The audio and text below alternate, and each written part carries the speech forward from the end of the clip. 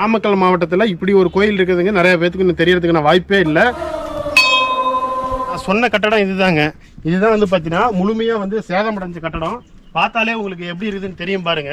இந்த கல்லுலாம் வந்து பார்த்தீங்கன்னா இந்த இடத்துல ரொம்ப ஒந்திரிச்சு அப்படியே இருக்கிற மாதிரி இருக்கு பாருங்க. அப்படியே எப்போ வெளியே வந்து கீழே விழுவும்னே தெரியாதுங்க. சாமிக்கு அபிஷேகம் பண்ணிட்டு தண்ணி இந்த வழியாக தான் வெளியே வரும். இது வெளியே வந்து இந்த இடத்துல போட்டு மண்ணு பாருங்க எல்லாம் போட்டு இதெல்லாம் மூடி 9வது கல், இது 10வது கல், இது 11வது கல். ஏன்னா இது கோயில் திருப்பணி இப்போ ஆரம்பிக்க போறாங்களாட்டது. அதுக்கு வாசம் தான் இதெல்லாம் மார்க் பண்ணியிருக்காங்க. இந்த சிற்பங்கள்லாம் வந்து பார்த்தீங்க அவ்வளோ சூப்பராக வந்து நம்ம செதுக்கியிருக்காங்க. பார்த்தீங்களா, பாறையிலே உங்களுக்கு பார்த்தாலே தெரியும். இந்த இடத்துல நார்த்து பார்த்தோம், இந்த இடத்துல பார்த்தீங்கன்னா வெஸ்ட். சோழர் காலத்தை கோயிலுங்க. குறைஞ்சபட்சம் 1000 வருடம் 1500 வருடம் பழமையான கோயிலுங்க. இந்த நிலைமையில இருக்கும்போது வந்து பார்த்தீங்கன்னா ரொம்பவும் வந்து மனசு கஷ்டமா இருக்கு. மலைக்கு மேலே வர்றவங்க கொஞ்சம் பார்த்து சேஃபாக வாங்க. ஏன்னா இதில் வந்து படிக்கிட்டு கிடையாது.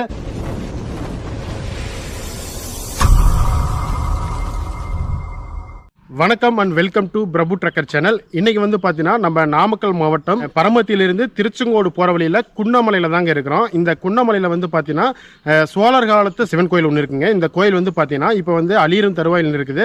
எதற்கோசம் நான் இந்த வீடியோ முக்கியமாக உங்களுக்கு போகிறேன்னா, இந்த கோயில் வந்து எல்லா மக்களுக்கும் எல்லா ஊர்களுக்கும் எல்லா உள்ள சிவனடியார்களுக்கும் இந்த கோயிலை மறக்காமல் தெரியப்படுத்துங்க. கட்டிடங்கள் வந்து ரொம்ப சேதமடைஞ்ச சூழ்நிலையில் இருக்குது. அதுக்கோசரம் தான் வந்து பார்த்தீங்கன்னா ஒரு வீடியோவை எடுத்து போடலான்னு இருக்கிறேன். மறக்காமல் இந்த வீடியோ வந்து எல்லா ஃப்ரெண்ட்ஸுக்கும் மற்ற சிவனடியார்களுக்கும் அறநிலையத்துறைக்கும் வந்து தெரியப்படுத்தி இந்த கோயிலை புதிக்கும்படி உங்களுடைய அனைவரும் சார்பாக நன்றி தெரிவிச்சுக்கிறேங்க. இப்போ வந்து பார்த்தீங்கன்னா இதுக்கு இந்த வழியில் தான் மேலே போகணும். இதுக்கு வந்து பார்த்தீங்கன்னா படிக்கட்டுலாம் எதுவும் கிடையாது. ஒரு 1/4 மணி நேரம் ஒரு 20 நிமிஷம் நடந்து போனோம்னா நம்ம மலையோட உச்சிக்கு போயிடுவோம். இப்படியே போகலாம். மேலே எவ்வளோ தூரம் மேலே போயிட்டு மேலே என்னென்ன இருக்குது, என்னென்ன சிற்பங்கள் எப்படி இருக்குது, கட்டிடங்கள் எந்த மாதிரி நிலைமையில் இருக்குது அப்படின்னு சொல்லி தான் நான் உங்களுக்கு காட்ட போகிறேன். மலைக்கு மேலே வர்றவங்க கொஞ்சம் பார்த்து சேஃபாக வாங்க. ஏன்னா இதில் வந்து படிக்கிட்டு கிடையாது. எப்படி இருக்குதுன்னு பார்த்தாலே தெரியும். ரொம்ப வழுக்கிற மாதிரி இருக்கும். பார்த்து சேஃபாக கரெக்டாக வாங்க. யாரும் வந்து ரொம்ப வேகமாக போய் மேலே போகலாம் அப்படின்னு சொல்லிட்டு யாரும் வேகமாக வந்துடாதீங்க.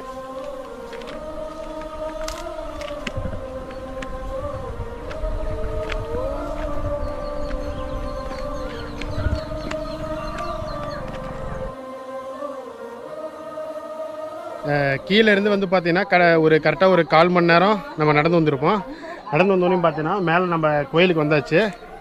இங்கே நம்ம முன்னாடி இருக்கிறது வந்து பார்த்தீங்கன்னா இதாங்க நம்ம சொன்ன அந்த கோயில். உள்ளே போயிட்டு நம்ம எப்படி சிவன் வந்து எந்த மாதிரி நிலைமையில் இருக்கிறாங்க, கோயில் வந்து கட்டிடங்கள்லாம் எப்படி இருக்குன்னு சொல்லி தான் உங்களுக்கு நான் காட்ட போகிறேன். அப்படியே வாங்க போகலாம்.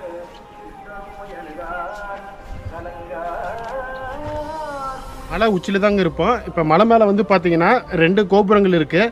ஒன்று இங்கே ஒன்று இருக்குது பாருங்கள். இந்த கோயில் ஒன்று கை காட்டுற பார்த்தீங்கன்னா இது ஒன்று. அப்புறமேட்டு இந்த கோயிலுங்க.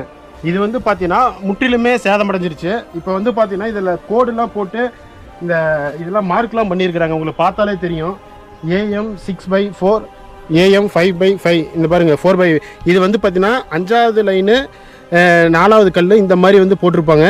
AME இது மாதிரிலாம் நிறையா போட்டிருக்காங்க. அது எனக்கு தெரிஞ்சு வந்து பார்த்தீங்கன்னா இது கோயில் வந்து புதுப்பிக்கிறதுக்கான ஒரு அறிகுறியாக கூட இருக்கலாங்க. ஊர் மக்கள் மற்றபடி இங்கே இருக்கிற நம்ம சிவனடியார்கள் வந்து அறநிலையத்துறைக்கு தெரியப்படுத்தி இதை வந்து புதுப்பிக்கணும்னு சொல்லி கோரிக்கை வச்சு கூட நடக்கிறதுக்கான வாய்ப்புகள் இருக்குது. இந்த வீடியோ பார்க்குறீங்க நீங்களும் இந்த கோயிலுக்கு வந்து ஃபுல் சப்போர்ட் பண்ணுங்கள். நம்ம இந்த கோயிலை அழிய விடாமல் பாதுகாக்கிறது நம்மளுடைய கடமைங்க. இது வந்து பார்த்தீங்கன்னா அம்மன் சன்னதியாக இருக்கலாம், உள்ளே வந்து சிவன் சன்னதியாக கூட இருக்கலாங்க. இது வந்து பார்த்தீங்கன்னா உள்ள சிவன் சன்னதியாக இருக்கலாம். இந்த கோயில் ஃபுல்லாகவே முற்றிலும் வந்து பார்த்தீங்கன்னா பயங்கரமாக சேதமடைஞ்சிருச்சு. மேலே டின்னு கேனு இதெல்லாம் வச்சு இந்த கல்லுலாம் பாருங்கள் எப்படி உடஞ்சி கிடக்குது. கோயிலில் இப்போ உள்ளே போயிட்டு எப்படி இருக்குதுன்னு சொல்லி பார்க்கலாம் வாங்க.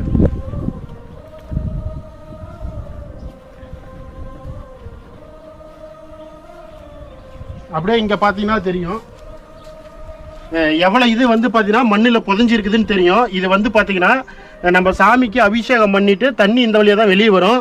இது வெளியே வந்து இந்த இடத்துல போட்ட மண்ணு பாருங்க எல்லாம் போட்டு இதெல்லாம் மூடிடுச்சு. கீழே தான் ஒரு 2 அடி 3 அடி கீழே தான் இருக்கும். இதுக்கு கீழே தான் வந்து தண்ணி ஊற்றுற மாதிரி இருக்கும். ஆனால் இந்த இடத்துல மண் எல்லாம் சேதம் வந்து நல்லா காலப்போக்கில் அழிஞ்சு இந்த மாதிரி ஆகிப்போச்சு. இதுலேயும் பார்த்தீங்கன்னா நம்பர் போட்டிருக்காங்க. இது பார்த்தாலே தெரியும். என்னன்னா வந்து ஆக்சுவலாக நார்த்துன்னு நினைக்கிறேங்க. என்ன நார்த்துன்னு போட்டிருக்கு. 9/7. இந்த இடத்துல பார்த்தீங்கன்னா 10, இது 11. இது வரிசையாக பாருங்கள். 10வது கல், 9வது கல், இது 10வது கல், இது 11வது கல். ஏன்னா இது கோயில் திருப்பணி இப்போ ஆரம்பிக்க போகிறாங்களாட்டுது. அதுக்கு வாசம் தான் இதெல்லாம் மார்க் பண்ணியிருக்கிறாங்க. கரெக்டாக அந்த கல் எந்தெந்த இடத்துல இருந்துச்சு அப்படின்னு வாசம் இதை மார்க் பண்ணியிருக்கிறாங்க.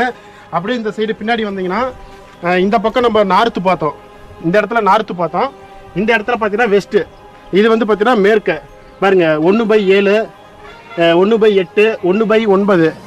1/10 லைனு அரிசியாக வந்து அடுக்கிறதுக்கோசம் திருப்பி அதை மார்க் பண்ணி வச்சிருக்கிறாங்க. இந்த இடத்துல நம்ம வெஸ்ட்டு பார்த்தோம். இந்த இடத்துல வந்து பார்த்தீங்கன்னா சவுத்து பாருங்க 1/6, 1/7, 1/8 இந்த லைன் ஃபுல்லாக அப்படியே அடிக்கிறதுக்கோசரம் கரெக்டாக மார்க் பண்ணி வச்சிருக்கிறாங்க. பாருங்க எப்படி இது வந்து பார்த்தீங்கன்னா ஒரு சோழர் காலத்தை கோயிலுங்க. குறைஞ்சபட்சம் 1000 வருடம் 1500 வருடம் பழமையான கோயிலுங்க. இந்த நிலைமையில இருக்கும்போது வந்து பார்த்தீங்கன்னா ரொம்பவும் வந்து மனசு கஷ்டமா இருக்கு. இந்த இடத்துல வந்து பார்த்தீங்கன்னா கேப்பு பாருங்க, கல் விரிசல் விட்டு எவ்வளோ பெரிய கேப்பு பார்த்தீங்களா? அந்த லைன் ஃபுல்லாக எப்படி தெரியுது பாருங்க. இந்த சிற்பங்கள்லாம் வந்து பார்த்தீங்கன்னா அவ்வளோ சூப்பராக வந்து நம்ம செதுக்கியிருக்காங்க பார்த்தீங்களா? பாறையிலே உங்களுக்கு பார்த்தாலே தெரியும்.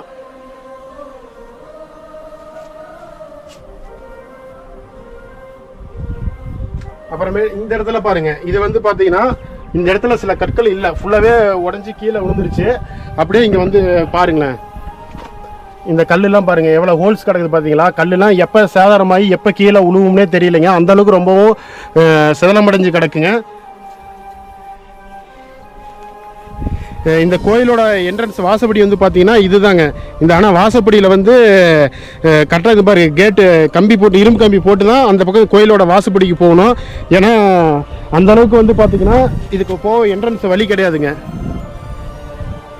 பார்த்தீங்களா? இதுதான் வந்து என்ட்ரன்ஸு. இந்த இடத்துல வந்து பார்த்தீங்கன்னா இரும்பு பாலம் மாதிரி போட்டிருக்காங்க. இது இந்த பாலத்து மேலே போய் தான் நம்ம உள்ள என்ட்ரன்ஸில் போக முடியுங்க. நம்ம அப்படியே உள்ளே போயிட்டு உள்ளே எப்படி இருக்குது நிலைமை, உள்ளே வந்து எந்த மாதிரி கட்டடங்கள்லாம் எப்படி இருக்குன்னு சொல்லி உங்களுக்கு காட்ட போகிறேன். உள்ளே என்ட்ரன்ஸ் ஆனது உள்ளே வந்தோடனே பார்த்தீங்கன்னா இந்த இடத்துல வந்து விநாயகர் இருக்காருங்க, உங்களுக்கு பார்த்தாலே தெரியும். இந்த இடத்துல விநாயகர் சிலை, இந்த இடத்துல வந்து பார்த்தீங்கன்னா நந்தி பகவான் இருக்காருங்க. நந்தி பகவானுக்கு ஆப்போசிட் அப்படியே நேராக உள்ளே வந்து பார்த்தீங்கன்னா சிவன் சன்னதி இருக்குதுங்க. இதுக்குள்ளே தான் வந்து பார்த்தீங்கன்னா சிவன் வந்து உள்ளே இருக்காரு.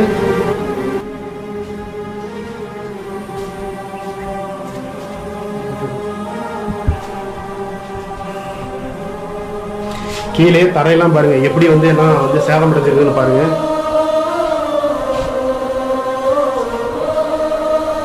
பார்த்தீங்களா? கற்கள் வந்து பார்த்தீங்கன்னா எப்படி வந்து புட்டு இருக்கு பாருங்க, எல்லாம் பேஞ்சு கிடக்குன்ட்டு.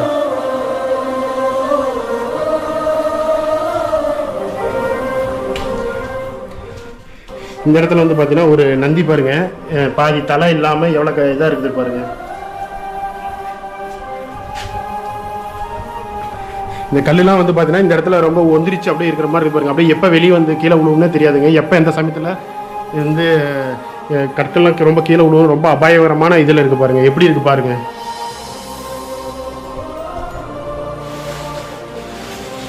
வீட்டிலிருந்தே வந்து பார்த்தீங்கன்னா நம்ம சிவனுக்கு வந்து பார்த்தீங்கன்னா வாழைப்பழம், அப்புறமேட்டு தேங்காய் பழம், மாலை, சூடம்பத்திலாம் வாங்கிட்டு வந்துட்டோம் வீட்டில் இருந்து. இப்போ சாமிக்கு அப்படியே நம்ம சாமி கும்பிட்டு உள்ளே வந்து வேறு என்னென்ன இருக்குது அப்படின்னு சொல்லிட்டு உங்களுக்கு நான் காட்டுறவாங்க.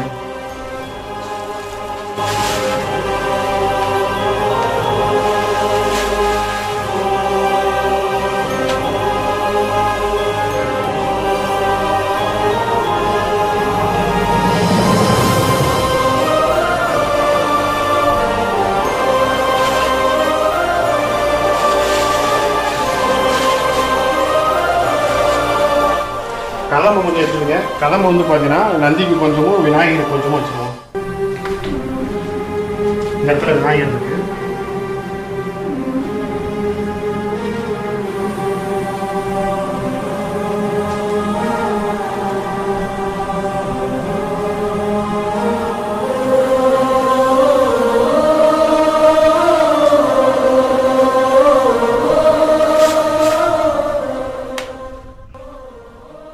சாமிக்கு வந்து பார்த்தீங்கன்னா இப்போ நம்ம கடையிலேருந்து வந்து பார்த்தீங்கன்னா விளக்கும் எண்ணெய் வாங்கிட்டு வந்து பற்ற வச்சிடலாம்.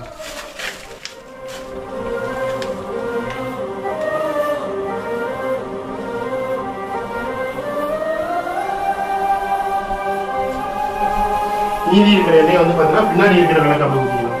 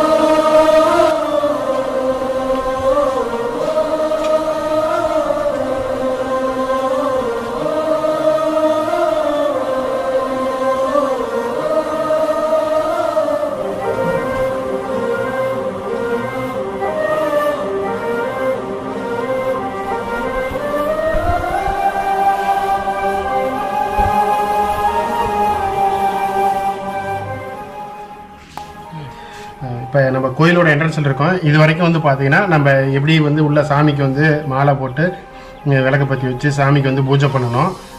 இதே மாதிரி வந்து பார்த்தீங்கன்னா இந்த வீடியோ பார்க்குறவங்க மறக்காமல் வந்து பார்த்தீங்கன்னா இந்த வீடியோ எல்லாருக்கும் ஷேர் பண்ணுங்கள் மறக்காமல். ஏன்னா நீங்கள் பண்ணுற ஒவ்வொரு ஷேர்லும் வந்து பார்த்தீங்கன்னா இந்த கோயிலோட திருப்பணி ஆரம்பிக்கிறதுக்கு ரொம்ப உதவிகரமாக இருக்கணும். ஆல்ரெடி இப்போ ஆரம்பிச்சுட்டாங்க. இந்த நம்பர் குறியெல்லாம் போட்டு வச்சுருக்காங்க. இது வந்து போட்டு வச்சுட்டாங்கன்னா அது எப்போ வந்து அமௌண்ட்டு சேங்ஷன் ஆகி எப்போ வரும்னு சொல்லி கரெக்டாக சொல்ல முடியாது. நம்மளுடைய முயற்சியில் தாங்க இருக்குது. எந்த அளவுக்கு நம்ம குயிக்காக வந்து எடுத்து எல்லாத்துட்டையும் சொல்கிறோமோ அந்த அளவுக்கு வந்து பார்த்திங்கன்னா குயிக்காக வேலை நடக்கும். மறக்காமல் இந்த வீடியோ எல்லாருக்கும் ஷேர் பண்ணுங்கள்.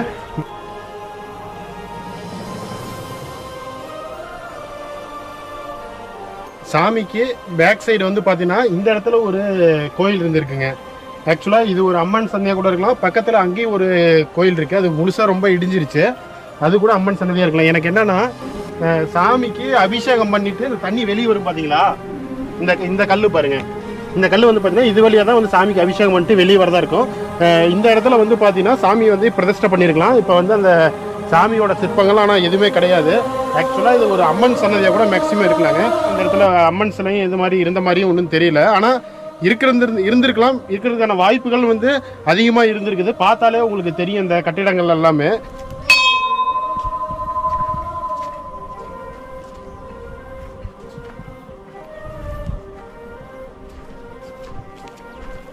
நான் சொன்ன கட்டடம் இதுதாங்க. இதுதான் வந்து பார்த்தீங்கன்னா முழுமையாக வந்து சேதமடைஞ்ச கட்டடம். பார்த்தாலே உங்களுக்கு எப்படி இருக்குதுன்னு தெரியும் பாருங்க. இங்க பாத்தீங்களா, சாமிக்கு அபிஷேகம் பண்ணிட்டு தண்ணி இந்த வழியா தான் வெளியே வரும். நான் முன்னாடி சிவன் சன்னதிக்கு வெளியே காட்டியிருப்பேன். கீழே வந்து மண் இதோட புதஞ்சிருக்குன்ட்டு. ஆனால் இதுக்கும் உள்ள கேப்பு பார்த்தீங்களா ஒரு 3 அடி இருக்கும். அப்போனா எந்த அளவுக்கு வந்து பார்த்தீங்கன்னா அந்த கோயிலில் போட்டு மண் போட்டு மூடி இருக்காங்க, சேதமடைஞ்சிருக்குது உங்களுக்கு பார்த்தாலே தெரியும். இந்த இடத்துல வந்து ஒரு 3 அடி கேப் இருக்குது. ஆனால் அந்த கட்டடத்தில் அந்த சிவன் சன்னதியில் வந்து பார்த்தீங்கன்னா தரையோட ஒன்றா இருக்கிற மாதிரி இருக்கும். ஆனால் இதிலிருந்து பார்த்தா தெரியும் எந்த அளவுக்கு வந்து இந்த கோயில் வந்து இடிச்சிருக்கிறாங்க. இல்லைன்னா சேதமடைஞ்சிருக்கும், கண்டுக்காம விட்டுருந்துருக்கலாம். போர் வந்து நடக்கும்போது கூட இதோட வந்து இடிச்சிருக்கலாம். எப்படி என்னமாலும் நடந்திருக்கலாம். ஆனால் யாருக்கும் என்ன நடந்ததுன்னு சரியாக தெரியாது.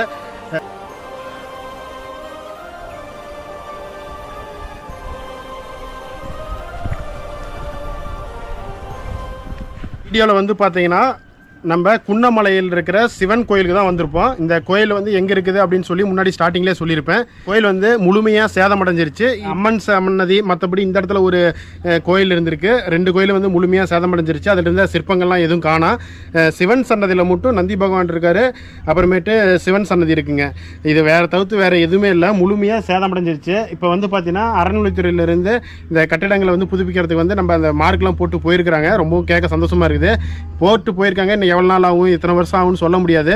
இந்த வீடியோ பார்க்குறீங்க சிவனடியார்களாக இருந்தாலும் சரிங்க, ஊர் பொதுமக்களாக இருந்தாலும் சரிங்க, இந்த கோயில் வந்து வேலை பண்ண இருக்கிறதுக்கு நான் உறுதுணையாக இருக்கணும். குயிக்காக அந்த வேலை நடத்துறதுக்கு உங்களால் என்ன சப்போர்ட் பண்ண முடியுமோ பண்ணுங்கள். முடிஞ்ச அளவுக்கு இந்த வீடியோ மற்றவர்களுக்கு ஷேர் பண்ணுங்கள். நாமக்கல் மாவட்டத்தில் இப்படி ஒரு கோயில் இருக்குதுங்க. நிறைய பேருக்கு இன்னும் தெரியறதுக்கான வாய்ப்பே இல்லை. இந்த வீடியோ வந்து கடைசி வரைக்கும் பார்த்ததுக்கு ரொம்ப ரொம்ப நன்றிங்க. மீண்டும் வேற ஒரு வீடியோவில் சந்திப்போம். நன்றி, வணக்கங்க.